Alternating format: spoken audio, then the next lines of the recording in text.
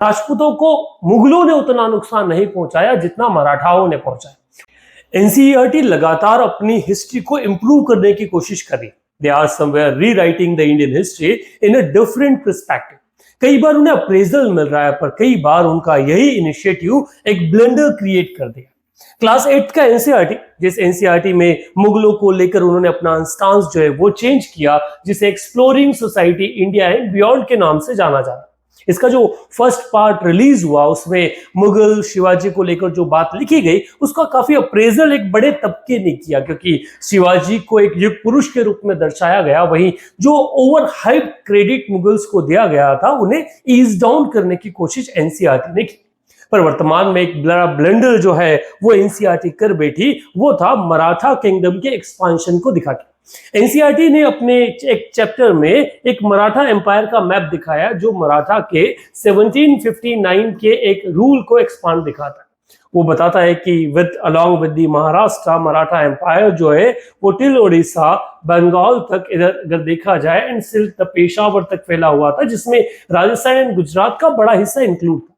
पर इस बात पर ऑब्जेक्शन उठा लिया जैसलमेर रियासत के किंग चैतन्य राज सिंह।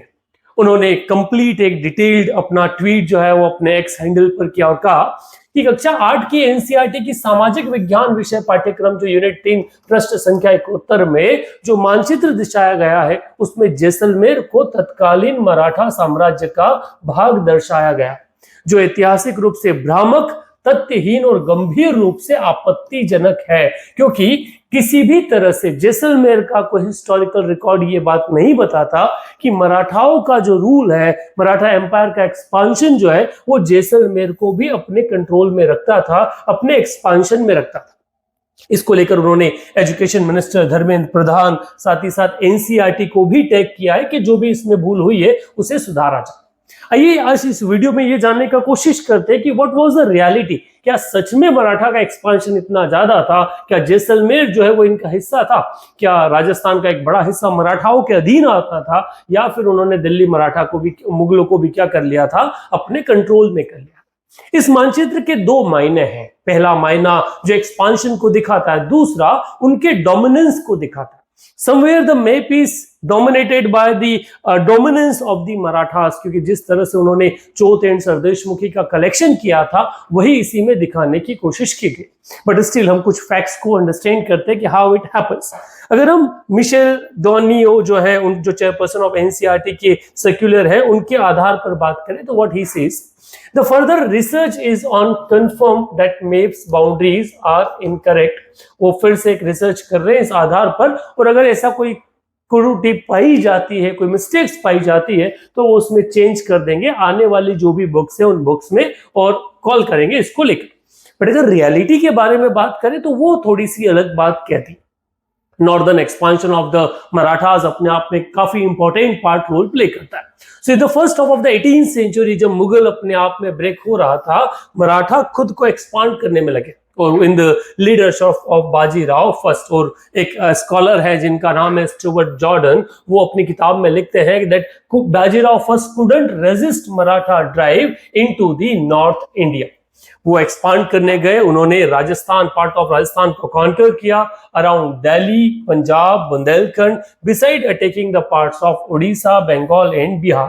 पर जॉर्डन कहते थे establish control over Malwa after the battle of Bhopal also. Means ये वो बड़ा हिस्सा जो इस मैप में दिखाया गया वो मराठाओं ने इस एरा में कंफर्म किया है। इसका एक्सपांशन, इसका कंप्लीट जो रिकॉर्ड है वो हमें स्टुअर्ट जॉर्डन जो उनकी किताब में मिलता है।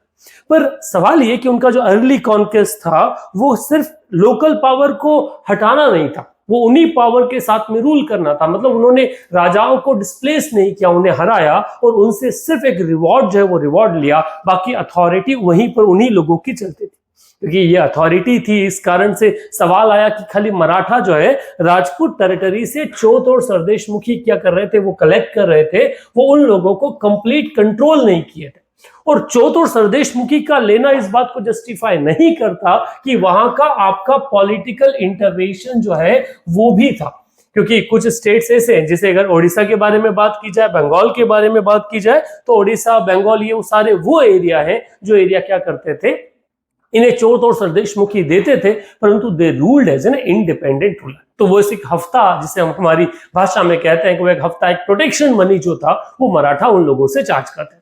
पर अगर जैसलमेर की स्थिति के बारे में बात की जाए तो हमने ये जरूर देखा है कि उन्होंने जयपुर बीकानेर वाला एरिया जो उसको कॉन्कर किया था, वहां से रेगुलर उन्होंने चौथे सरदेशमुखी लिया था, पर जैसलमेर में उनका कोई एक्सपांशन हमें देखने को नहीं मिलता।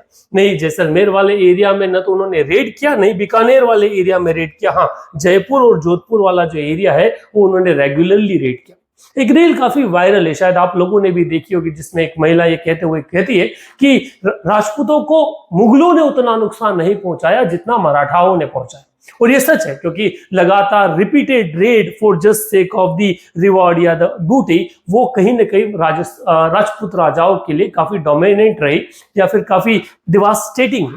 जॉर्डन अपनी किताब में लिखता है कि बाजीराव फर्स्ट का जो एक्सपांशन है वो मॉडर्न वेस्टर्न मालवा राजस्थान तक था, पर इस पूरे में हम एक एक्सपांशन में ये देखते हैं कि वो सिर्फ उस पर जो बूटी या रिवॉर्ड खरीदते लेते। पर ये जो टैक्स था, ये टैक्स भी रेगुलर नहीं था, उसमें एक इरेगुलरिटी थी। एक समय दिया जाता था, एक समय बाद बंद हो जाता था, और जब बंद होता था फिर से ये रीअटैक कर देते थे। इस कारण से पॉलिटिकल कॉन्करनेस जो आप कहते हो कि नहीं उन्होंने राजस्थान के बड़े हिस्से को कॉन्कर कर लिया था, वो करेक्ट नहीं बैठता। मतलब अगर हम इस मैप के गो थ्रू हो तो इस मैप में ये हिस्सा जयपुर वाला जो मेंशन किया है, हाँ ये और जोधपुर वाला जो हिस्सा है वो तो इनमें डायरेक्ट कंट्रोल में था, परंतु इसके बाद वाला जो एरिया राजस्थान का है वहां पर इनका कोई कंट्रोल नहीं था।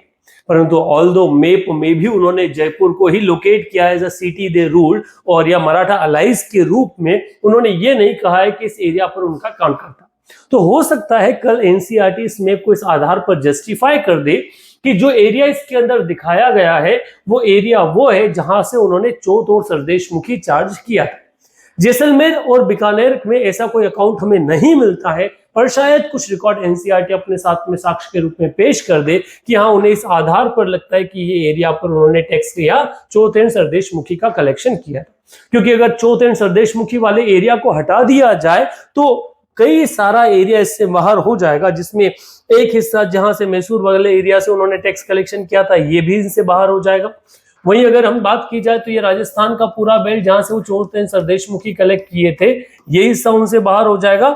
उड़ीसा और बंगाल का वो हिस्सा जो मराठा क्या करते थे, टैक्स कलेक्शन करते थे, वो हिस्सा भी बाहर हो जाएगा। इस तरह से उनका एक्सपांशन उतना नहीं दिखता। तो ये जो मैप है, ये मैप रियलिटी में शायद उनका वो एरिया डोमिनेंस जो है उस डोमिनेंस को शो करता है। और ये ट्रिब्यूटरी, क्योंकि इसमें इन्होंने एक चीज और मेंशन किया, इंक्लूडिंग ट्रिब्यूटरी स्टेट्स, मतलब जो साथ साथ में उनके सहयोग से रूल कर रहा था। क्योंकि अगर आपको याद हो जब थर्ड बैटल ऑफ पानीपत हुआ था, उस थर्ड बैटल ऑफ पानीपत में बैटल जो है वो आपका पानीपत में लड़ा गया, पर इस बैटल में लड़ा कौन था? एक तरफ से मराठा लड़े थे और दूसरी तरफ से अफगान जो है अहमद शाह अब्दाली लड़ा था। लड़े क्यों थे? क्योंकि उन्होंने दिल्ली पर अटैक किया था, और ये दिल्ली पर जो अटैक किया गया इसी को रिस्पॉन्ड करने के लिए बैटल हुई थी। क्यों? क्योंकि दिल्ली से चौथ और सरदेशमुखी कौन चार्ज कर रहे थे? मराठा चार्ज कर रहे थे। तो ये सारे स्टेट जैसे अंग्रेजों के सब्सिडरी अलायंस में हुआ करते थे, वैसे ही जहां जहां से उन्होंने चौथ एंड सरदेशमुखी चार्ज किया उस एरिया का प्रोटेक्शन का जिम्मा भी शायद मराठाओं ने अपना। But in reality at last NCERT इसका क्या रिस्पॉन्ड करता है वो तो एनसीईआरटी के जवाब आने के बाद पता चलेगा, उस कमिटी की रिपोर्ट आने के बाद पता चलेगा। पर तब तक के लिए एक बात हम हिस्टोरिकली करेक्ट कह सकते हैं कि ये जो एरिया है इस पे मराठाओं का डायरेक्ट रूल नहीं था, परंतु जयपुर हुआ, जोधपुर हुआ और राजस्थान के कई ऐसे स्टेट जहां पर वॉर ऑफ सक्सेशन चल रहा था, जिन्होंने मराठाओं से मदद मांगी, उस सभी एरिया से राजपूतों ने मराठाओं ने क्या है, चौथ एंड सरदेशमुखी चार्ज किया था। इस आधार पर ये जो एक्सपांशन इसमें दिखाया जाता है ये कई हद तक करेक्ट है, क्योंकि एक डोमिनेंस जो है एज अ सब्सिडरी या ट्रिब्यूटरी स्टेट वो तो करेक्ट बनता है। बाकी आपका क्या ओपिनियन है आप कमेंट बॉक्स में डालिएगा।